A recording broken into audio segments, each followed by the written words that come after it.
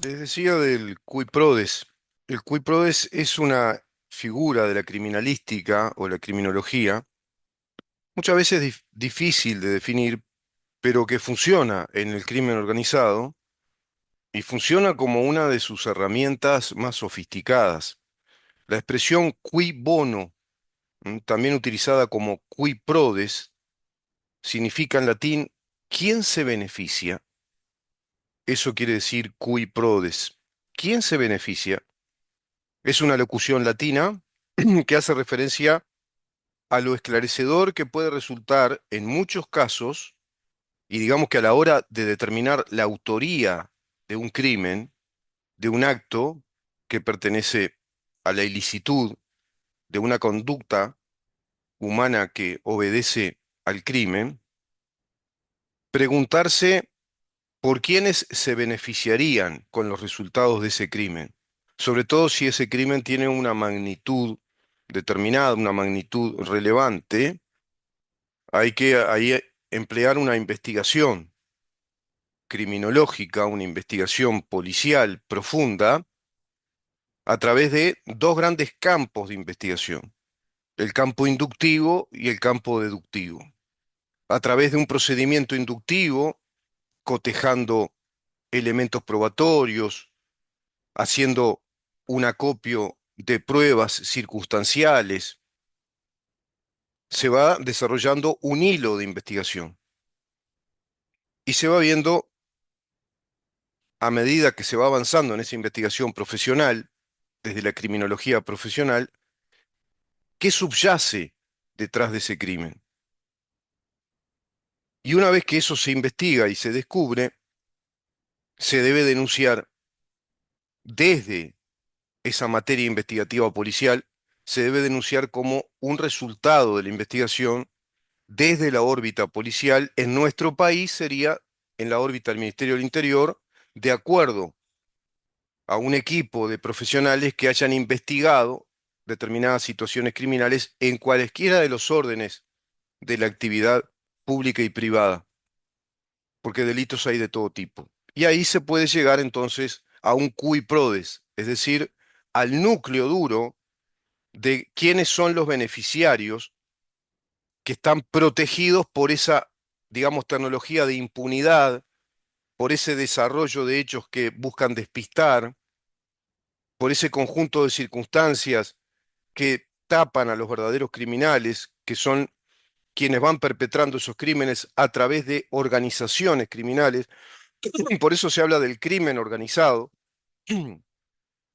Y en ese sentido, tenemos que contar con una justicia ecuánime, que nos brinde las garantías suficientes como para llevar a cabo una investigación judicial a posteriori de la investigación policial que aportó todos los elementos, dio los elementos probatorios, dio una aportación probatoria muy contundente y, como dice el artículo 15 de la Constitución, configuran una semiplena prueba para que el juez de la causa penal asuma entonces la investigación a través de un juicio penal a quienes debe investigar. Y en ese juicio penal pueden incluso surgir más sujetos de derecho que sean sujetos pasivos, en este caso a nivel procesal, es decir, que sean acusados, que sean sometidos a investigación judicial de acuerdo a los avances de esa investigación. Esto es lo que esconde la expresión cui prodest. Pero cuando el cui prodest funciona, la justicia no funciona. Cuando el encubrimiento del delito funciona, la justicia no funciona. Y entonces, ¿qué sucede? Lo que les comentaba hace un rato. Sucede que la democracia no funciona. La democracia solo es funcional si la justicia es funcional. Si la justicia responde en la aplicación concreta de la ley en cada caso concreto al enjuiciamiento correcto, adecuado, de acuerdo a las garantías que nos brinda un juez o un tribunal, según la carga probatoria, cotejada, periciada, evaluada, que demuestre que tales personas cometieron delitos, es decir, agraviaron el derecho de los demás, violaron el derecho de los demás, el respeto al derecho de los demás. ¿Por qué? Porque todos somos iguales ante la ley y por ende todos tenemos los mismos derechos y todos tenemos las mismas obligaciones. Si violamos el derecho de los demás, tenemos la obligación de pagar con pena, con una sanción penal, de ahí el derecho penal, que nos sanciona por haber roto el compromiso social, ese acuerdo social de convivir pacíficamente, respetándonos unos a los otros en nuestros derechos y nuestras obligaciones. Y todo eso constituye en sí la materia, digamos, o la sustancia de la democracia, porque la democracia obedece a la libertad, obedece a la libertad de expresión, la libertad de emprendimiento, la libertad de las ideas, la libertad de prensa, la libertad de asociación, la libertad política, pero no hay libertad si hay crimen, no hay libertad si hay delito encubierto, pero menos libertad aún hay, si cabe la expresión, si acaso hay el crimen, perdón, de encubrir el crimen. Ese es el cui prodest. Es el mayor de los crímenes. Es el crimen del encubrimiento de los crímenes que se van desarrollando. El verdadero artista del crimen, decía Thomas de Quincy, por eso escribió ese libro fantástico que se llama Del crimen considerado una de las bellas artes, es hacer pasar desapercibido el crimen que perpetró.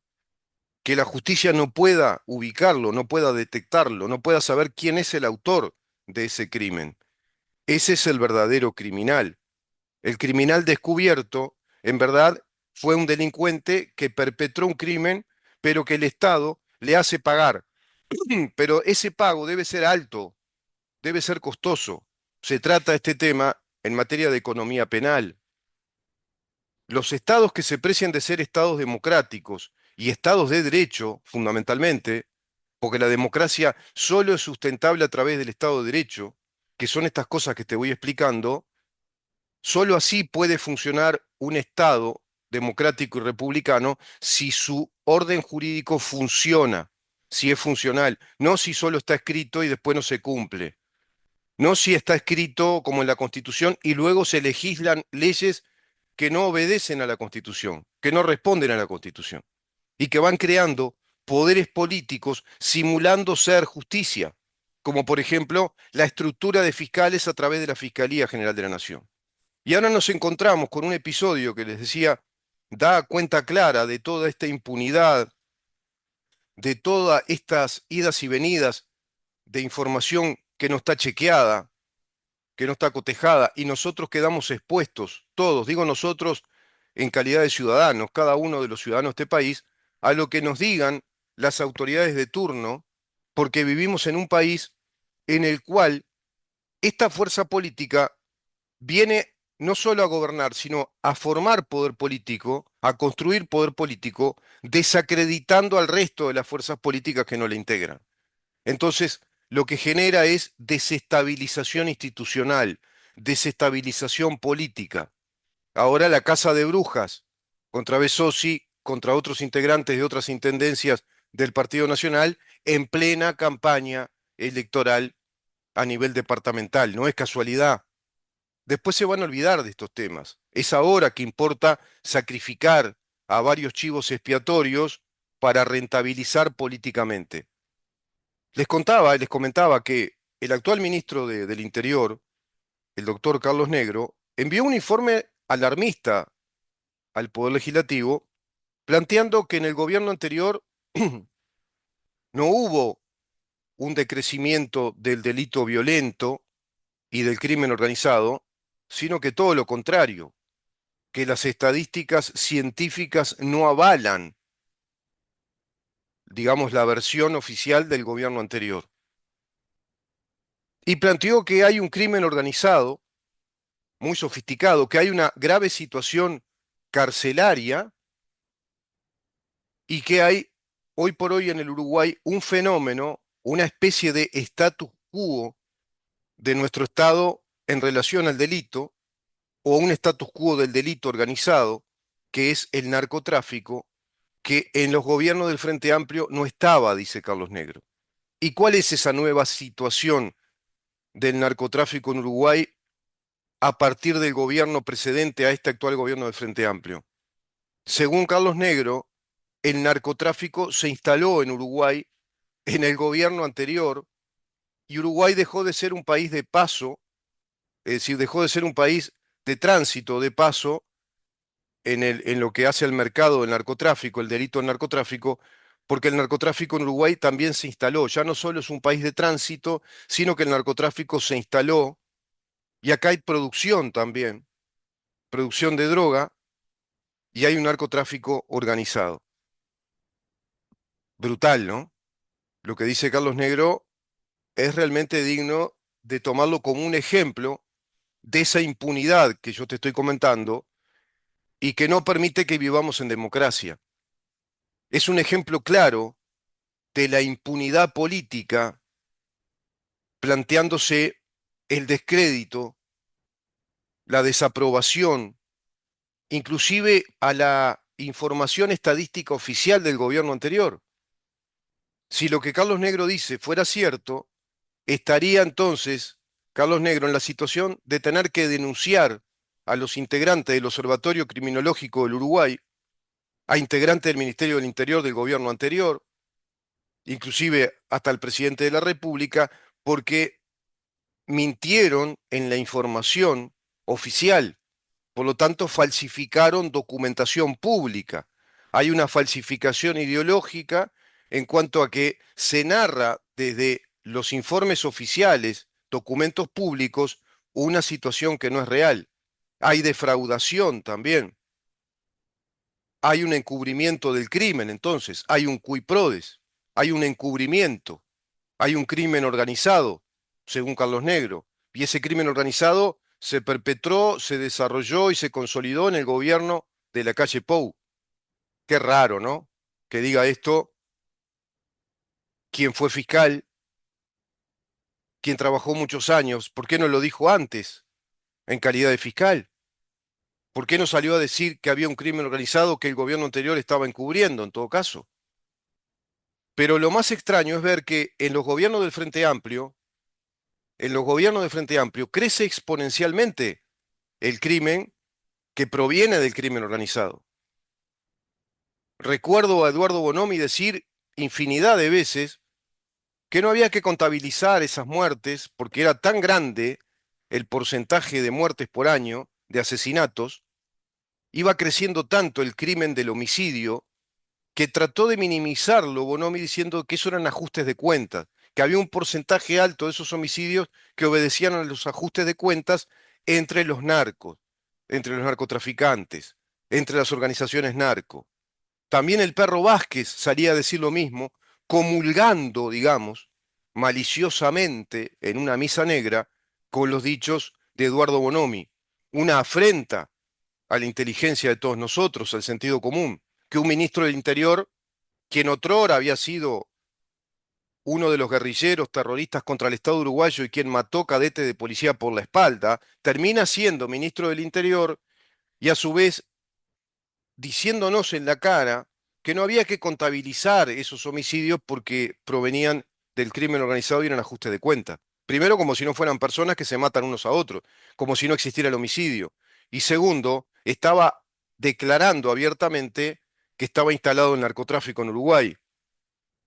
Pero a su vez, con una irresponsabilidad brutal, decía que no había que contabilizar esos homicidios porque eran ajustes de cuenta. Y esos ajustes de cuenta pueden tener efectos colaterales, y los tienen, de hecho. Los ajustes de cuenta pueden ser que matan a alguien que se hizo el vivo, un pobre perejil que es consumidor, y estropearon a toda su familia porque le mataron al hijo, a sus padres, por ejemplo, o le mataron un esposo a una mujer o a la esposa, o hay también daños colaterales en una balacera cuando se va a perpetrar un crimen, un delito. No se puede tolerar ningún tipo de delito, siquiera incluso entre las bandas narcotraficantes. Pero todo esto que está diciendo, que el Frente Amplio declaraba abiertamente, ya desde su ministro del Interior, que había crimen organizado y que había ajuste de cuentas. Recuerdo también cuando de Alemania, en dos oportunidades, se denunció a Uruguay porque dejó pasar por el puerto de Montevideo embarques de más de 4 toneladas, 4,5 toneladas de cocaína, que llegaban al puerto de Hamburgo, en Alemania, porque acá no había escáner. no se escaneaban los barcos, no se escaneaban los contenidos de los barcos que zarpaban de Uruguay hacia el exterior. Y recuerdo que Tabaré Vázquez dijo que iban a comprar escáneres, o sea, no tenía escáneres el puerto de Montevideo. Huiprodes, encubrimiento, nos hacemos los giles, no invertimos en algo tan básico como tener dos escáneres, por lo menos, de última generación, para hacer en rigor un visado, una revisión, como se hace en los aeropuertos en el mundo. Ustedes verán cantidad de documentales, aeropuertos en el mundo, puertos, cómo se va escaneando todo, inclusive policías especializados, brigadas de policías especializados, con escáneres, manuales incluso, con escaneo a través de cintas transportadoras, con el escaneo de todo tipo de equipaje de los pasajeros que van y vienen en inmensos aeropuertos y en los puertos de las grandes ciudades, acá mismo en Latinoamérica, pero en todas partes del mundo. Y Uruguay no tenía escáneres.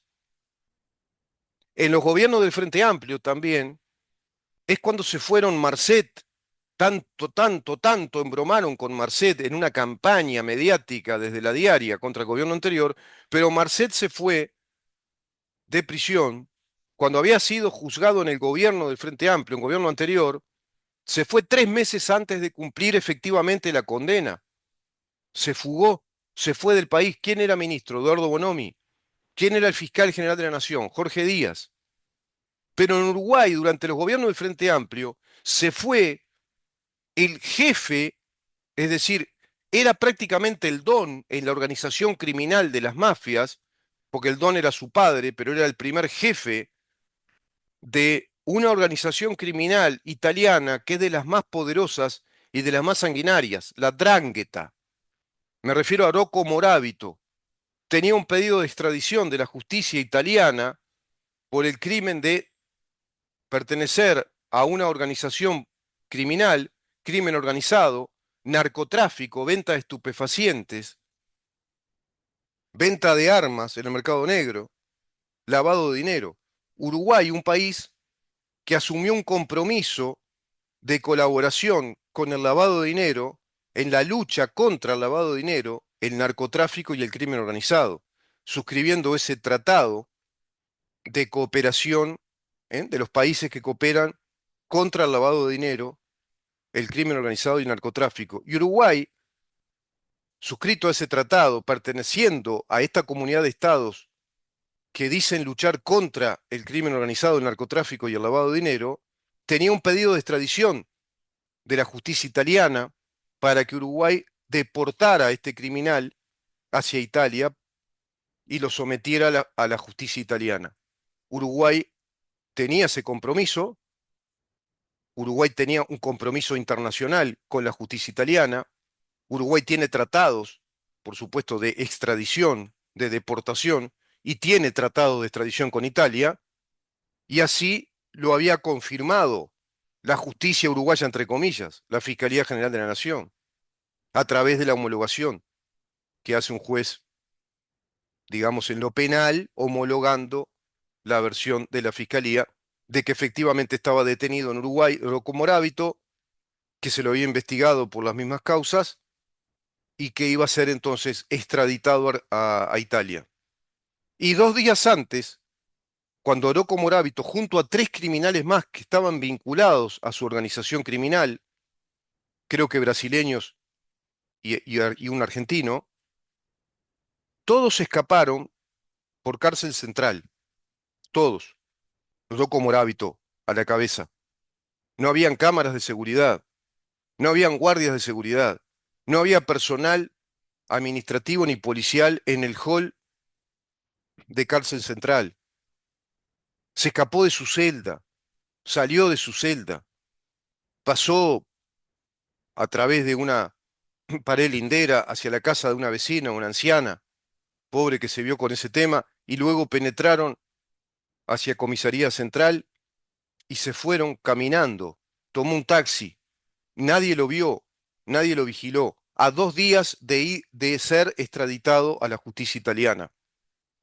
Y Carlos Negro dice que en los gobiernos del Frente Amplio había otra situación respecto al narcotráfico y el crimen organizado. Esto es el botón de la muestra, ¿no? Rocco Moravito, con orden de captura, señal roja de Interpol y Europol, con un pedido de extradición de la justicia italiana a la justicia uruguaya, y la justicia uruguaya comprometiéndose a extraditarlo, y 2 días antes de esa extradición, de esa deportación de Morábito, se fuga de cárcel central Eduardo Bonomi, ministro del Interior, Jorge Díaz, fiscal general de la Nación. Y Carlos Negro trae un informe de estas características a diputados. Vaya que tiene razón Conrado Rodríguez que no se les cae una idea, ¿no? No hay nada. No hay nada para debatir en diputados. Este tipo de informes. Y un diputado como Tucci planteando la alarma de esta situación y el nuevo panorama que plantea el actual ministro del Interior, de las cosas que no se dijeron, y que Uruguay ahora está muy comprometido con la situación del narcotráfico organizado, cuando esto proviene de vieja data, ya con los gobiernos del Frente Amplio, y de acuerdo a todo esto que te voy diciendo.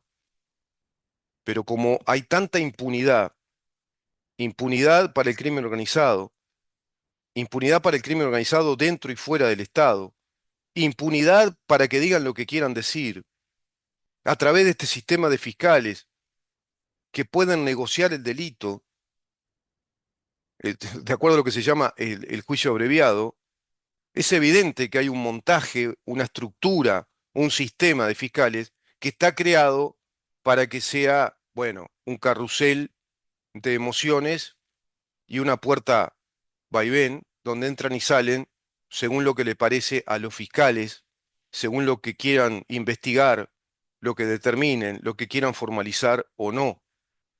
No tenemos las garantías de un debido proceso, donde apenas ocurre la denuncia, el juez debe investigar y someter a juicio, una vez que en un proceso diligencial primario, sumario, se determinó la semiplena prueba.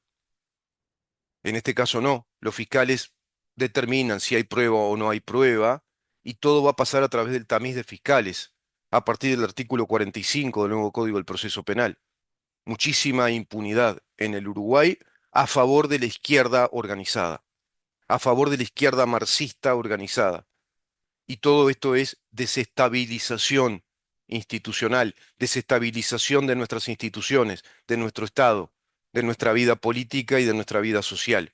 Desestabilizar para ir creando la revolución. Eso está en los manuales revolucionarios, en los autores del Foro de San Pablo, en los intelectuales académicos que adoctrinan respecto a desestabilizar, provocar el conflicto, provocar la desestabilización. Y esta es una de las más importantes. No se trata solo de la desestabilización callejera, social, son datos emergentes que también los rentabilizan políticamente, como pasa en Argentina con la estrategia piquetera. En Uruguay está pasando de modo muy sofisticado con toda una estrategia institucional, legislativa, que ha desestabilizado a través de golpes de estados técnicos a nuestro Estado de Derecho, que es el único que nos puede brindar las garantías de vivir en democracia, de vivir en una república democrática. Es el único que nos puede brindar las garantías a nuestros derechos personales e individuales. Pero hoy estamos en manos de estos terroristas contra el Estado uruguayo que a su vez nos dicen que nuestro Estado fue terrorista. Hoy estamos contra estos revolucionarios del Foro de San Pablo a quienes no les importa ni la propiedad privada ni la democracia parlamentaria representativa, y menos su Estado de Derecho. Hoy estamos gobernados por huestes del Foro de San Pablo. Afortunadamente no tienen mayorías absolutas en el Parlamento, si no ya estarían construyendo Uruguanzuela. Es así, no exagero.